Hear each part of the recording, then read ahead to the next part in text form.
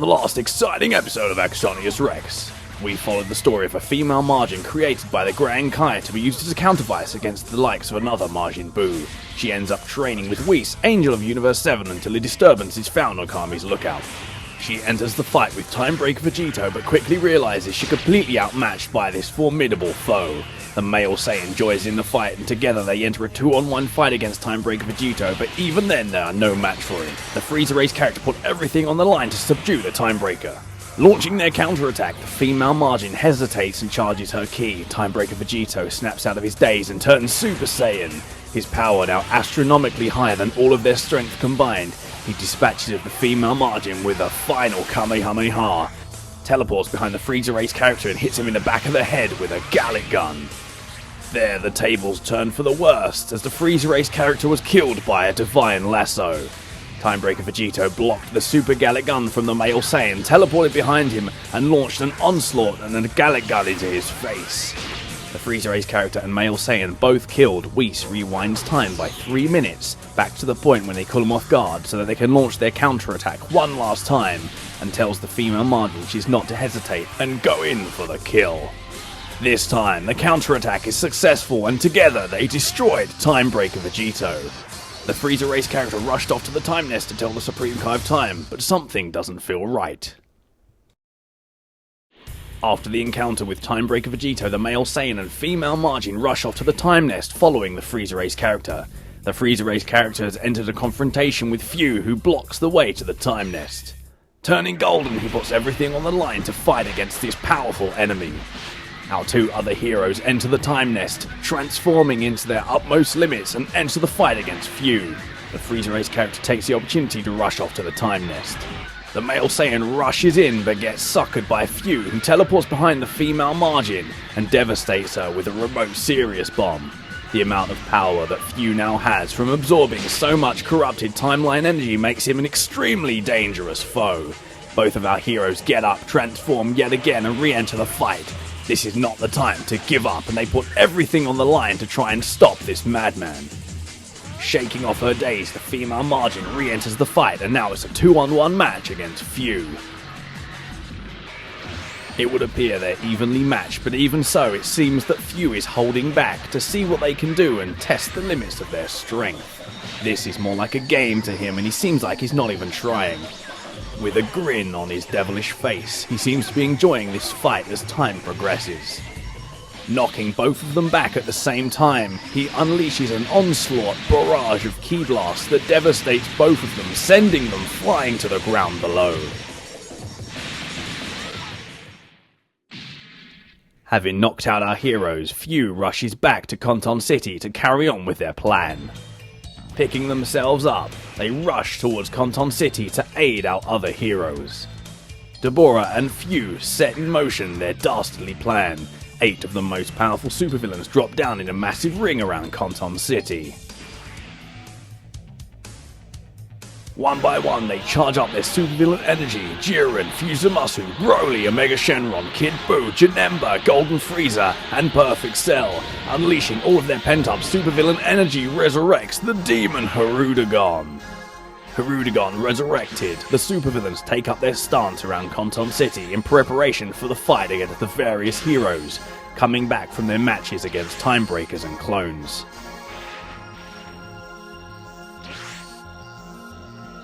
KonTon City's greatest threat to date has been resurrected. Tien, Yamcha, and Piccolo charge up their energy and rush in to try and stop this monster. He is on an absolute rampage, throwing ki blasts and boulders all around KonTon City, threatening the lives of the residents who live there. His power is absolutely astronomical, it's beyond what they could possibly comprehend. He squashes Piccolo like a little bug and throws him to the floor. Tien gets blasted in the face and hurled across the city, and Yamcha gets smashed in the face by a flying boulder and taken out with one shot. Even Goku is no match as he's sent flying to the floor while charging up Kamehameha Wave. Rushing in and trying a solar flare, it has no effect and gets swatted like a bug. The Great Saiyaman 1 and 2 both try and distract Hirudegarn and lure him away from the center of the city. The plan worked, and now this monstrosity is away from the civilians.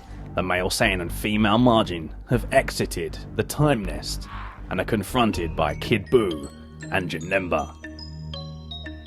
Kid Buu rushes in, but our female Majin teleports away, making sure that they can subdue this enemy away from the other supervillains. An epic battle begins between the Majin of good and the Majin of pure evil. It would seem that our female Majin has the upper hand in this fight, as her strength, speed and reflexes after training with Whis for so long makes her a formidable opponent and able to take care of this dastardly threat. Their fists clashing throughout the city, sending ripples throughout the air. Majin Buu drops in to help out the female Majin, while in the background the Namekian is fighting off against Deborah. Kid Buu, outmatched, takes this fight elsewhere, charges up his massive ki, and flies off to another location. Majin Buu and the female Majin both follow. Following him to the wasteland, they drop down to fight off against this supervillain. But he is not alone. Babidi is behind him, feeding him more energy and making him a more formidable opponent. Now the real battle begins. Majin Buu rushes in, allowing our female Majin to charge her monstrous ki. She has defeated Kid Buu many times, but this time is different. Not only is he an amped up supervillain, but is also being amplified by the devilish magic of the wizard Babidi.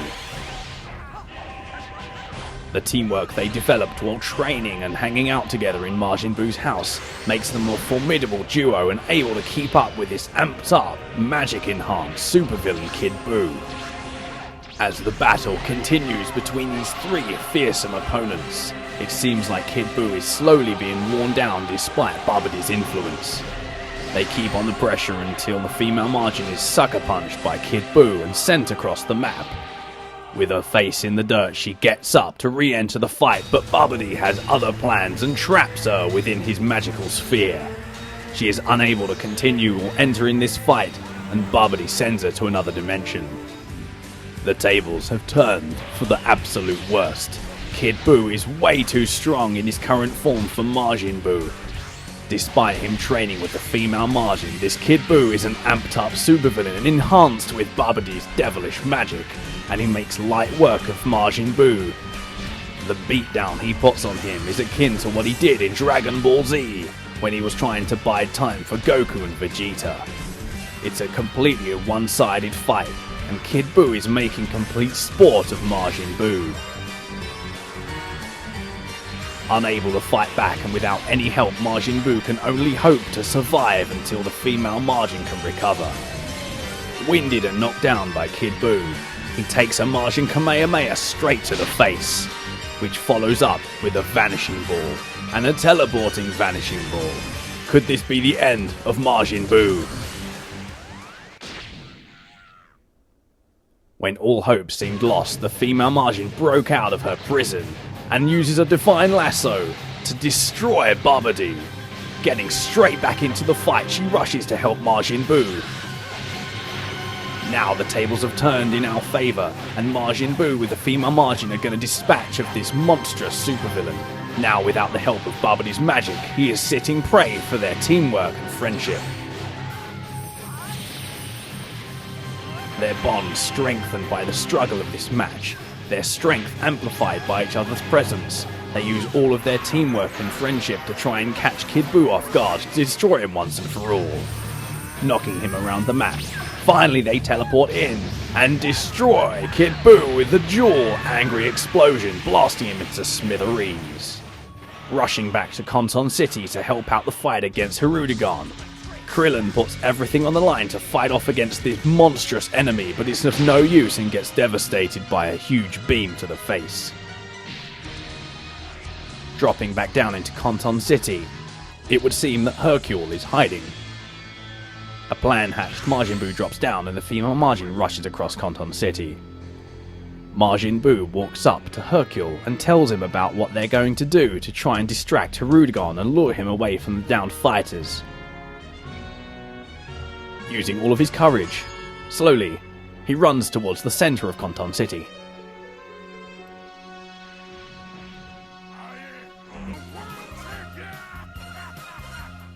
Getting the attention of Hirudegarn, it's time for Hercule to retreat or face imminent death. Not so hot. The plan works and Hirudegarn starts walking back to the center of the city.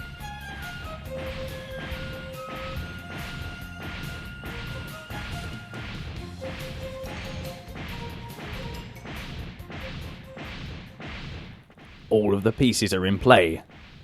The trap is about to be sprung.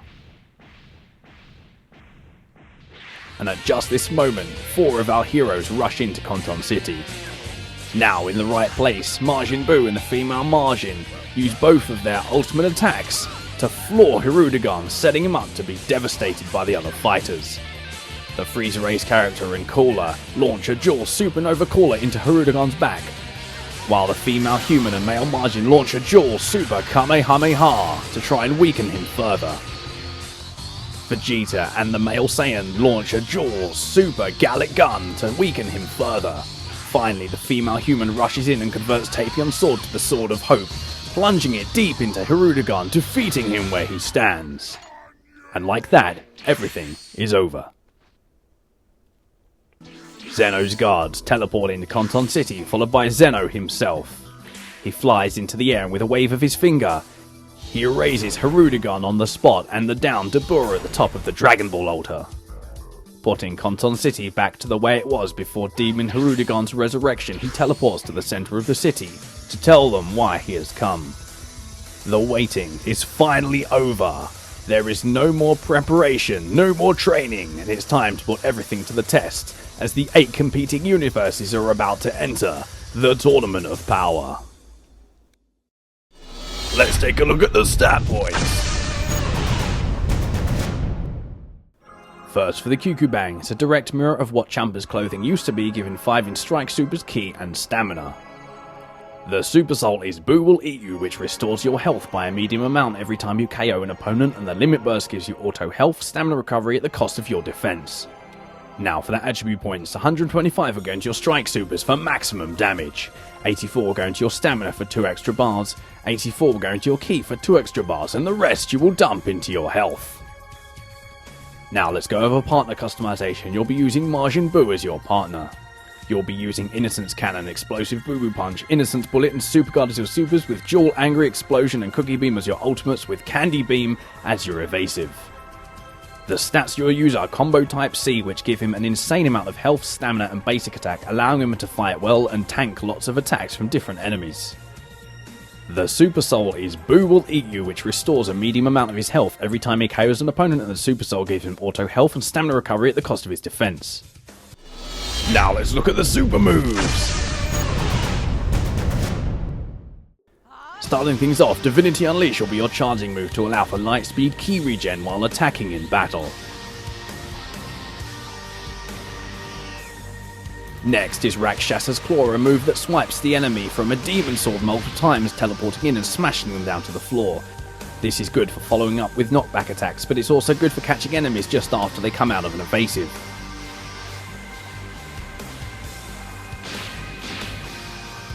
Next is Pearl Flash, a move that flies into the enemy, dealing additional damage. You can use this after a knockback or knock-up, or you can fully charge it for a devastating attack whilst their stamina broken. Next is Assault Vanish, a move that uses 1 Ki and 1 stamina bar to teleport behind the enemy at any time, at any point, to launch a devastating counterattack. Your Awoken skill will be Potential Unleash for an even boost to all skills. Your first ultimate will be Divine Lasso, using your purple Godly Ki to fly in with a massive Keyblade to pump the enemy full of needles and explode them into a million pieces like Goku Black did to Goku in Dragon Ball Super. This move can glitch out occasionally and not do the explosive animation, but when it hits it's really satisfying. Next, your second ultimate is Dual Angry Explosion, and you will need Majin Buu as your partner with this move equipped to be able to do this move, to teleport you in and do a dual angry explosion to destroy the enemy and send them flying after a massive explosion.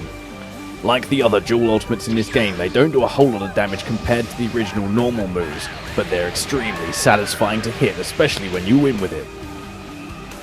And finally, your evasive is Angry Shout to let out a massive scream, pushing away attackers in all directions, saving you from damage and pushing away incoming threats.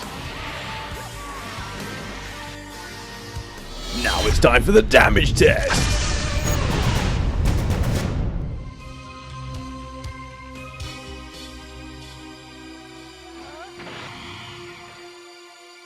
Starting things off is Rakshas's Claw, and if every single attack hits, you'll do 3,174 damage. Pearl Flash done quickly will do 2,070 damage, while fully charging Pearl Flash and slamming into the enemy will do 4,140 damage. Divine Lasso, providing it doesn't glitch out and not follow through with a move, will do a pretty nice 7,344 damage. Your full light combo chain will do a pretty respectable 3,125 damage. And your full heavy combo chain, which is quite a bit quicker, does 3,375 damage. Your full mixed combo chain, your heavy light, heavy light, heavy light, will do a much better 4,875 damage. Here is the first of the super damage combos we're going to be calling the What Goes Up Must Come Down, which utilizes a rush in stamina break combination, followed by a full mixed combo chain straight into a Rakshas's Claw that will send the enemy hurling to the ground below, doing 9,850 damage. Here is the next super damage combo we're going to be calling the Velvet Rain, which utilizes a rush-in mixed stamina break combination followed by a quick knock-up attack into a Divine Lasso that will explode the enemy, doing 9,687 damage. Here is the final super damage combo we're going to be calling the Pink Flash, which utilizes the same rush-in stamina break combination followed by half your mixed combo chain and 2 Pearl Flashes that will do a pretty nice 8,255 damage. This has been my character build for my level 99 Strike Super based Female Majin character. The fate of the entire universe is at stake. Who will be erased and who will be saved in the incoming Tournament of Power? To find out, stay tuned for the next exciting episode of AxoniusRex.